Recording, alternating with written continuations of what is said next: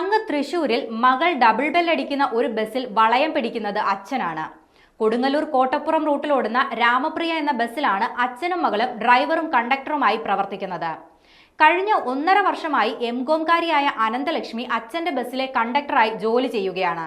ഇപ്പോഴിതാ അച്ഛനും മകളും രാമപ്രിയ ബസ്സും വൈറലായതോടെ ഇരുവരെയും നേരിൽ കണ്ട് അഭിനന്ദിക്കാൻ കേന്ദ്രമന്ത്രി സുരേഷ് ഗോപി എത്തിയിരിക്കുകയാണ്.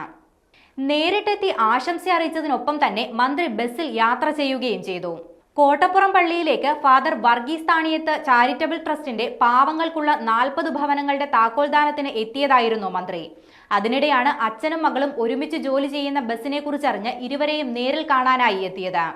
എംകോംകാരിയായ അനന്തലക്ഷ്മി അച്ഛനോടൊപ്പം ബസ്സിൽ ജോലിക്ക് കയറിയിട്ട് ഇപ്പോൾ 1.5 വർഷത്തോളമായി. പുലർച്ചെ 5:30 ജോലിക്ക് കയറിയാൽ രാത്രി 8:30 തിരിച്ചെത്തുക. 5ാം ക്ലാസ്സിൽ പഠിക്കുമ്പോൾ മുതൽ അച്ഛനോടൊപ്പം ബസ്സിൽ പോകുമായിരുന്നു. കോവിഡിനെ തുടർന്ന് ജീവനക്കാരെ കിട്ടാതെ വന്നതോടെ അനന്തലക്ഷ്മി കണ്ടക്ടർ ലൈസൻസ് എടുത്തു. അതോടെ അനന്തലക്ഷ്മി മുഴുവൻ സമയ കണ്ടക്ടർ ആവുകയും ചെയ്തു. അനന്തലക്ഷ്മിയുടെ അമ്മ കൊടുങ്ങല്ലൂർ മുനിസിപ്പൽ 43ാം വാർഡ് ഗുരുദേവനഗർ കൗൺസിലറാണ്. ഇവരുടെ 3 മക്കളിൽ മൂത്ത കുട്ടിയാണ് കണ്ടക്ടറായ അനന്തലക്ഷ്മി.